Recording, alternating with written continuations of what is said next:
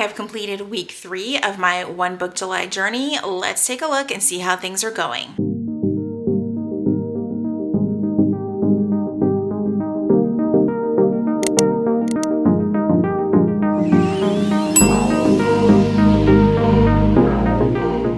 Hey everyone, welcome back to my channel. If you are new here, thank you so much for joining me today. And if you're a returning viewer, hello again.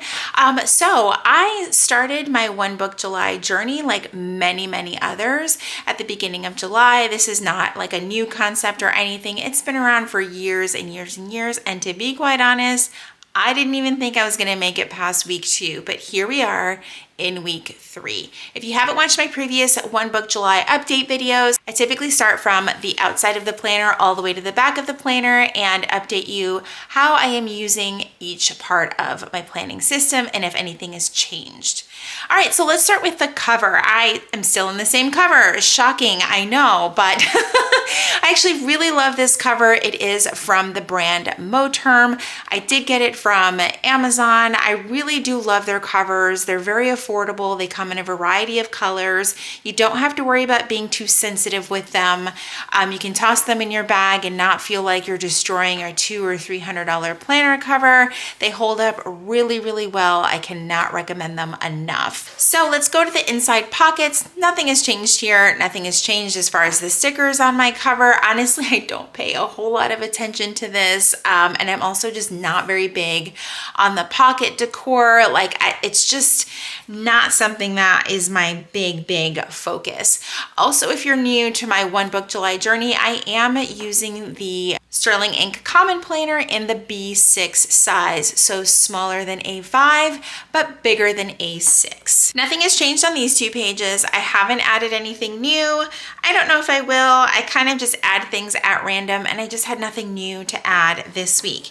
Now, as far as the fruit stickers go, or the produce stickers, I should say, because it's a little bit of both, and I got this idea from Amy over at See Amy Draw. She's doing, I think, mostly banana stickers. I'm not 100% sure, but it's kind of going. If I remember to take the stickers off before I wash our produce, then perfect, but this is where we're at. It's going to be kind of cool to see how this fills in over time. As far as the year at a glance page, I just haven't touched it. I haven't really felt much of a need to touch these 2 pages. Maybe I'll go back and add stickers that will cover each month that has passed so far for the month of 2024, but I think my original intent was to mark paydays, and I kind of do that in the monthly views, so not really needing that for that situation. I also don't have school-age children, so school calendar, don't really need that either.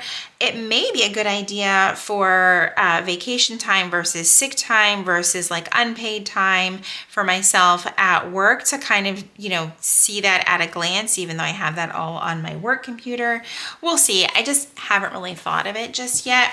And it's kind of weird looking at the year at a glance because even though this is an academic start planner, meaning that it did start on July 1st, they do give you the entire calendar for 2024, which we're already more than halfway through. So a lot of it will just get marked off. I haven't added any new favorite pens and markers to these 2 pages, but again, this is going to be like an ever growing and changing page. I really am sticking to a lot of these colors, and you'll see these a lot throughout my spreads. I'm really in my just pen, marker, and colorful marker era, less stickers, more pen, and more just pen to paper. And I'm really enjoying it. So this page has been really essential to me because I do reference it a lot, especially with the Crayola markers because they're so deceptive. You'll think you're picking up this color pink, but it's actually something else. So I'm glad I took the time to number my markers and just have everything a little bit more organized. As far as the projects page, at least that's what I'm calling it, the intention, how this was printed by Sterling Ink is that this is a goals breakdown page or pages with a someday, 1 year, half year, and so on. I still haven't made up my mind about this. It may also end up being another swatch page. I don't know. I know that I'm overthinking it. I mean, that's just on brand for me, so that's why it's still blank. On to the Q3 goals and the habits page. Haven't really updated this. I will probably update July at the end of July, so next week. Now, as far as habits go, I'm staying pretty strong with updating my habits and things like that. I am being very intentional with taking a look at habits that can go ahead and be removed for the month of August, such as the no soda one. I just don't drink soda like that anymore. So it's really not a habit that I need to like nurture and focus on, whereas the no spend, reading, and movement will probably also be added to August. So I'll need to think of a different habit to track over there. I'm not someone that really wanted to fill in every single column because it felt a little overwhelming to my eyes. So I stuck with every other column to be a little bit easier to fill these in and just to kind of give you a better up close view. That's what that's like looking like for me. All right, let's move on to the monthly view. So this doesn't change too much unless I have an appointment or something to add in here. So I do keep up with like all of my post-op appointments, which there's been quite a few. And anything like if Jesse's been taking PTO, I'm not taking PTO right now because I'm not at work. I'm on leave recovering from my double mastectomy. So a lot of it is really appointments. I have honestly, like now reflecting, noticed that I am referencing my monthly view far more than I ever did in my hobonichi cousin. Now that could be because I'm still like in that early romance of a new planner, and that's why I feel like I'm loving these pages a little bit more, but it is what it is. As of right now, I am referencing it quite a bit. I have not been able to keep up with this schedule for YouTube. It has shifted a little bit, but it's kind of nice to see where my intentions were with what videos to post throughout the month. It's going to be fun to kind of see if I can keep up with it. Originally at the beginning of the year, before like pre-breast cancer, Julie was like, oh, I'm going to do 2 videos a week. I'm just trying to be realistic with what my energy and attention level can be towards creating content. So right now it's just 1 video a week. Some weeks it may be more than that. We will see. All right, let's hop over to the weekly view. So this is how last week ended up looking, and this is honestly a little bit more realistic of a reflection of what life just looks like right now. I typically do not touch my planner on the weekends, so this is very realistic for me.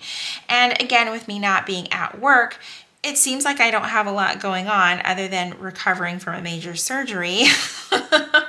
But that's because that's exactly what it is. So that's what that looks like. This is how the previous week ended up looking like. And on some weeks, I may fill in what we ended up doing during the weekend, and some weeks I just will not. But this is definitely more realistic for what a weekly snapshot looks like in my life currently. Next week may be totally different because I do go back to work on the 1st of August. This is where we are currently in this current week. And again, it's very reflective of just what my day-to-day life is looking like. Again, it's just more of a snapshot, whereas the daily pages are just where I thrive. So let's hop over there. So taking a look at how the daily pages started off last week, this was Monday, and it just kind of, I did take up the whole page with it, added some stickers, what I watched, things I wanted to get done as far as for my channel. And then I only filled in the weeks, or I only filled in Tuesday, Thursday, and Friday. I did not go in and fill back in Saturday and Sunday. I just didn't feel the need to. But I did do a really fun weekly recap, which is something that I was doing very frequently for the last couple of years in my hobonichi cousin, and I was excited to do it again in my B6 Common Planner. I just kind of did like some reflective memories of fun things that I wanted to be able to look back on for the week, even though I didn't plan every single day. And then because last week was just a very busy, like in the news kind of cycle, I just kind of highlighted the big news things, which just seem to be never ending. If you're in the US, you know. And then just to kind of give you a snapshot of what this week is starting off like, I split this page in half horizontally, which I'm kind of loving right now. And yes, I'm fully aware that I have a spelling error. And yes, I already notated it, so you don't have to come at me for my inability to spell. And then this is where we are on Wednesday today, and this may be another day where I split it in half. That's what I just absolutely am loving about the Sterling Ink Common Planner, is that the daily pages are truly undated, so you can split them down the middle vertically or horizontally, or you can just skip pages altogether. I don't like to admit that I'm a little bit more type A than even I want to believe. That was where my biggest hiccup was with the hobonichi cousin is that I just felt like if a date said July 1st, then I stuck to what happened on that day. If I didn't fill it in, I would try to do like a swatch page or a quote page or something like that, but then it would just end up blank if I didn't do those things also. And that's what I'm loving so far about having an undated daily page system, is that I can do whatever the heck I want on here, and I love being able to have that choice. All right, so let's go to the back of the book. And back here, nothing has changed. This is where I keep a lot of what I use on very much a daily basis. So my date stickers are from Randy Dot Plans. I absolutely love these. A couple of other stickers that I love using from Randy Dot Plans. I use the Monday through Friday stickers for my trackers, and these will work in a variety of different planners, but you'll want to pay attention to whether or not it says it's for the weeks, for the cousin. If you are someone that needs to have everything perfectly lined up, then that will matter. It doesn't matter to me. I love using these for my title pages for my monthly page. So I'm going to keep these in the back so I can use them for August as well. And then she also has some really cute planner doodle stickers that I love having around also. I also use these YouTube mini doodles from the Planner Spot. I love the Planner Spot. I have so many of their stickers and I'm just trying to use up what I have. So that's what we're doing.